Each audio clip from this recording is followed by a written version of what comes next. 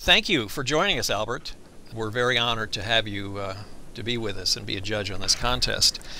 You're known for, among other things, riveting portraits from Mick Jagger to Mike Tyson, from Nine Inch Nails to Steve Jobs, for example. And you're the head judge of this photo contest on Foozle, which is called The Portrait. So what are you looking for from photographers who are submitting? What should they be thinking about? I think there are certain things in photography that a good photograph encompasses. So with a portrait, some of the things that you'd want from a photograph, and then you speak specifically about a portrait, should be in that. And that would be memorability. So if you think of all the great photography that's been done over the past 150 years plus, amazing images, powerful images, and so on, the ones you remember are the ones you remember, meaning memorability. So I would say the thing that would grab you is the charisma of the photograph and the power of the photograph, and whether the photograph's iconic. Iconic doesn't necessarily mean heroic, but it does need to have a power to it. So I think that a great portrait has power. Sometimes it has simplicity. The Steve Jobs shot that I did is for the cover of his book is a very, very simple picture, but it should be powerful. So I think there are certain things that you would, some of these categories there of powerful, iconic, memorable. It should do something to you. It should affect you emotionally. Good. Okay, I agree. Because what is a portrait is sometimes not easy to define. Let's talk about some of the guidelines for this contest. Are individuals and or groups okay? I think individuals are good. Groups are okay. I think it can be classically in the form of portraiture, as in Head and Shoulders. You think about, a passport picture. Like I'm seeing right now. I'm seeing it right now on the video. So a passport picture can be a portrait. I think the portrait can be in situation.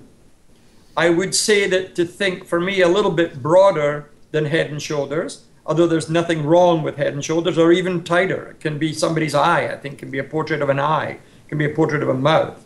I think it can be quite broad in a project like this. But the person doesn't necessarily have to fill the frame. If you have somebody sitting on a cliff where they're maybe 30% of the image on the edge of a cliff, but then they're looking at a vast vista, it can be the portrait of a person in a vista. So I think that people should think quite broadly about it. I think you can present, for example, we have a shot that was in one of my books, Cyclops, a portrait of a monkey, but there are 16 portraits there. So there are 16 pictures of the same monkey, for example. So I think I would try and think outside the box. I think you can think in color, you can think in black and white.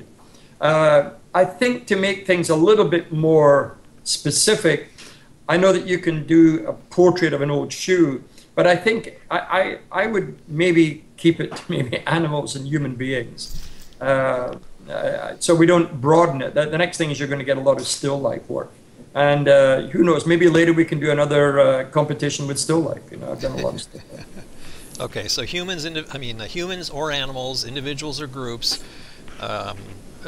maybe a little bit light on the inanimate objects because that leans more towards still life. And I assume that some retouching or editing is okay with you, right? I think the presentation of the image is entirely up to the photographer. The photographer should have carte blanche to present the image in any way that he wants to do. If he wants to go into Photoshop and solarize the image in Photoshop, then that's fine. He just has to be, I would just give him one word of warning. Watch out that the portraiture is the primary thing here, that you don't look at it and say it's a solarized photograph. What you want to look at is the photograph, and then you notice down the line that it's been solarized. If you think of the great portraits of Man Ray and the solarization he did there, he was very careful there because You look at the photograph first, then you notice the solarization. If the effect of Photoshop is first, and then you notice the photograph after, then you're in the wrong direction there. What you should do is notice the photograph first, and then eventually if you discover Photoshop there, then that's fine. But the photography is the dominating force here. Good. Okay. Perfect. Do you have any other advice for those who are entering this contest? You were mentioning earlier about in situation. Anything about that, or any other things you want to say before I let the people loose on submitting these photos, which you will see? I think just the photo has to be charismatic in some way or other. It's a very much used word, charisma, and I might mean memorability or power, but it's got to hit you with some kind of, it's got to hit you with quite a big stick, as it were. It's got to hit you, your eyeball and your brain fairly quickly. So if you're asking me to look at 2,000 photos in the end, then if I'm going through 2,000, it's the ones that are going to stick with me are ones that you go, wow, that's pretty good. And just to let you know, if I'm editing 2,000 photos, you're going to do it very, very quickly. And therefore, the parameters that I'm giving you right now would help the photographer that way. And in the end, the photographer's got to use his own instinct, his own artistic ability to go ahead and make these decisions. Okay. Well, thank you very much for agreeing to judge, Albert, and let's see what comes into the portrait. Thanks again. You're more than welcome. Okay. Let's see. Let's see. Bye-bye. Bye. For contest deadlines, rules, prizes, and more, check the Foozle.com site for all the details. Good luck.